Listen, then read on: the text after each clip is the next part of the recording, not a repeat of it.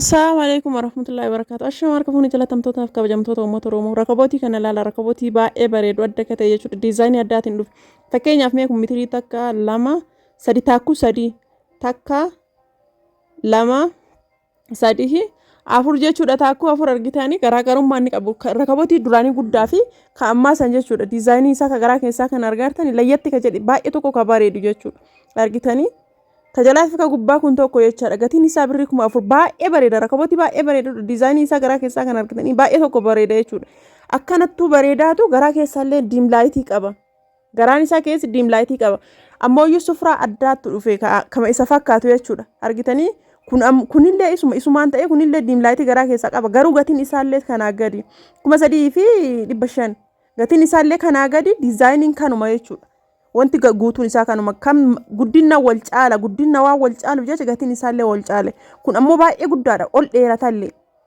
dheerinna lafarra achi dheeratu qofa osoo hin taane qumatiillee ol dheerata baay'ee bareeda jechuudha rakabootii baay'ee ajaa'ibaati bareedudha barbaadan taanaaniin bitachuu hin irraanfatinaa namoonni bitachuu barbaadan daddafaatii bitadhaa isiniin jedha warroonni lakkoofsa bilbilaa kan kennu keenya jettaniif lakkoofsa bilbilaa kee yeroo maraa iyyuu isinii kenna ammallee isinii kenna duwwaa 972 duwwaa 2519 irratti telegiraamii illee argachuu dandeettanii moollee waasaap illee kanuma siiniin baay'ee babbareedullee hin jira namoonni boota fagoollee taatan boota isin barbaadan isinii keessaa siiniin bunaa jechuudha diizaayinii baay'ee babbareeduudhaan akkaataa babbareedinnaan amma faashina ka dhufee jira jechuudha siiniin kunniin amma haarawaa dhufee saarbiisiin jechuudha cinaa tokko siinii kaa'atanii cinaa tokkotti kookisii kaa'atan jechuudha maqammacaan isaa baay'ee guddaadha argitanii maqammacaa kanniinii fi maqammacaa sanniin ilaalaa garaagarummaa isaa kun kana laalaati mee kanniin ilaalaa jechuudha cinaa tokko kookisii kaa'atanii cinaa tokkotti ammoo iyyuu siinii kaa'an bootaan siinii kaa'anillee adduma kinoo qirsi adda qaba jechuudha saarbiisiin isaa baay'ee guddaadha inni biraa ammoo siinii shaayii kun amma haarawaa dhufe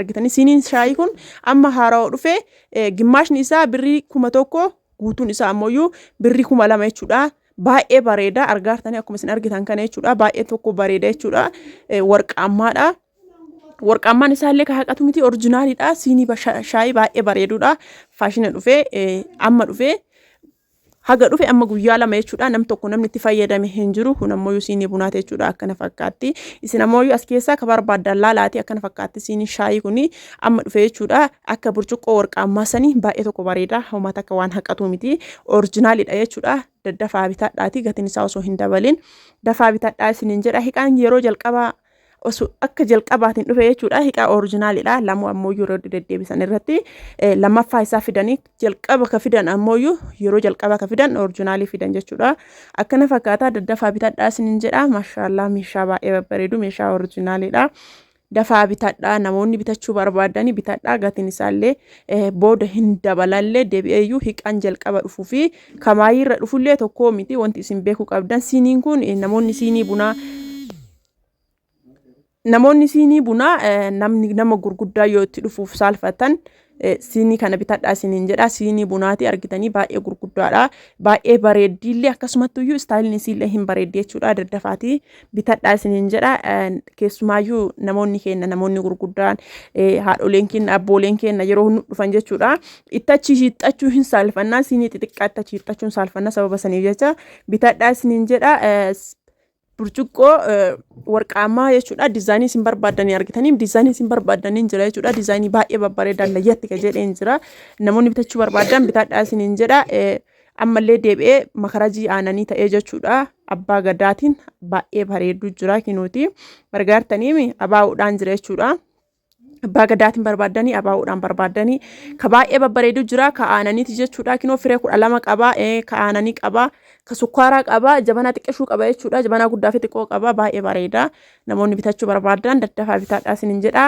akkuma isin beektan meeshaan an qabadhee isin dhufu meeshaa oriijinaalii baay'ee tokko oriijinaalii ka ta'e jechuudha akkana fakkaata burcuqqoo warqaammaa adii kana kallee bitee jira tanaan durallee ammallee namoonni bitachuu barbaadan yoo jiraatan bitadhaa isiniin jedha akkana fakkaata meeshaa baay'ee babbareedaa fi meeshaa oriijinaaliidha ammallee wanti isin ajaa'ibu sufraan kun ka rakabotiiti amma haarawaa dhufe jechuudha amma haga dhufe innillee siinii kam shaayii isa wajjin dhufe siinii shaayiitii fi siinii dura isin mul'ise sanii kana amma dhufe jechuudha wanta ganaa kun amma haarawaa dhufe rakabotii kana wanta ganaa kun amma reefu guyyaa lama jechuudha sufraan kun baay'ee bareeda akkanatti irra jechuudha yeroo lafa afamee jedhu irra bareeda jechuudha. Layyetti jedhee baay'ee tokko bareeda dhugaa dubbachuudhaaf baay'ee bareeda jechuudha. Gatiin isaa birrii 2000 jechuudha. Isin ammoo ka barbaadanii bitachuu dandeettanii. Rakabotii dura isin mul'isee jira. Rakabotii warqaamatu jira, birraamatu jira argitanii. Rakabotiin kunii fi sufraan kunii fi rakabotiin kun wal fakkaata argitanii. Baay'ee tokko wal fakkaata. Baay'ee tokko bareedaa akka ta'e dhahan isaa kunillee yabbuudha. Dammooyyuu akkana isiniif fakkaata malee bal'aadhaallee jechuudha. Inni biraa immoo kidaanii kana jechuudha. Kidaaniin kun firee sadii shaklaadha jechuudha. Namoonni bitachuu barbaadan bitadhaa isiniin jedha. Gatiin isaa ammoo birrii 4000 baay'ee tokko bareeda. Inni biraa immoo meeshaa aadaati. Meeshaa aadaa namoonni na barbaafataa turtan meeshaan aadaa abbaa gadaatiin ta'ee ashawaadhaan ta'ee ka barbaadan jechuudha. Akkaataa isin barbaadaniin jira gosa maraanuu jira baay'ee bareeddu ta'e oriijinaalii namoonni hojjechifachuu barbaadan jechuun callee makanaa jechuudha. Akkaataa itti hojjetamutu jira hin beektanii miti akkaataa itti hojjetamutu jira. Namni gariin haphisee irra hojjetaa simaagoo isaa irratti iyyuu seeraan hin dha'u. Inni kun ammoo baay'ee bareedaadha. Dhugaa dubbachuudhaaf argaa jirtanii nama hojjetullee hin beeka. Ijoolleen maatiidha waan ta'eef jechuun namoonni hojjechifachuu barbaadan keessana dubbisuu hin irraanfatinaa isiniin jedha. Meeshaan torbaa jechuudha guutuun isaa meeshaan torbaa guutuun isaa birrii 8000 jechuudha. Birraa kana hin dabala. Meeshaan addadumaan dabalaa jira. Namoonni bitachuu barbaadan daddafaatii ajajadhaa bitadhaa. Waa torbaa hin beektanii qoriidha, siinqeedha, boraatiidha, killaa. Waa torba jechuun waa guutuu jechaadha. Guutuu isaati waa baay'eedha. Kaan amma keessaa isin waame kunni muraasaa xonxoodha. Waa torbaan isaa kun birrii 8000. Gatiin isaa ammaaf jiddu galeessaa. Isin ka barbaadanii ajajatanii barbaadan ashawaadhaani. Garuu inni baay'een ashawaa jechuun kinoo adii fi gurraacha keessa jiru kan argitanii. Calleen kun callee baay'ee oriijinaalii fi bareedaa akka ta'e jechuudha. Boota biraatitti gatiin isaa hin dabalaayyuu. Gatiin isaa tokko miti boota biraatitti hin dabalaayyuu.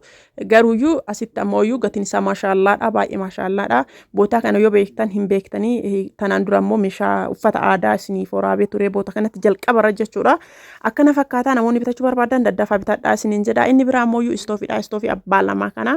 Istoofii abbaa lamaa kun ta'ee lafa gahaa paawuriin isaa baay'ee macarrashaa paawurii sirrii qaba jechuudha. Inni meeshaan kun ka hojjetamu ajajaa hojjetama argaa jirtanii isin mul'isaara. Bootaan kun boota ajajaa hojjetama jechuudha. Callisamee ka gabaa irratti gurguramu miti gatiin isaa akkasuma jiddu galeessa maashaallah abbaan lamaa kana ta'e jechuudha.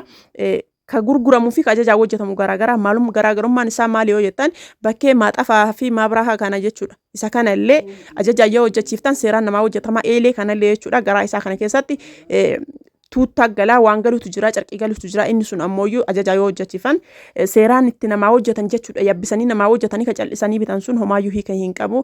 Bakkoonni isaa garaa keessaa akkana jira. Eelee gubbaa kanallee jechuudha ka ajajaa hojjetan caalaa. Ana gammaati ka hojjechiisaa ture dhugaa dubbachuuf ajajaan malee bitee hin beeku. Ajajaa hojjechiisaa bakkoonni isaa garaa keessaa kun akkana jira jechuudha. Maashaallah baay'ee bareedaadha. Irraa fuudhamee jechuudha. Irraa fuudhamee kunoo sibiila kana irraa fuudhamee kuniif kun garagara ba'a argitan.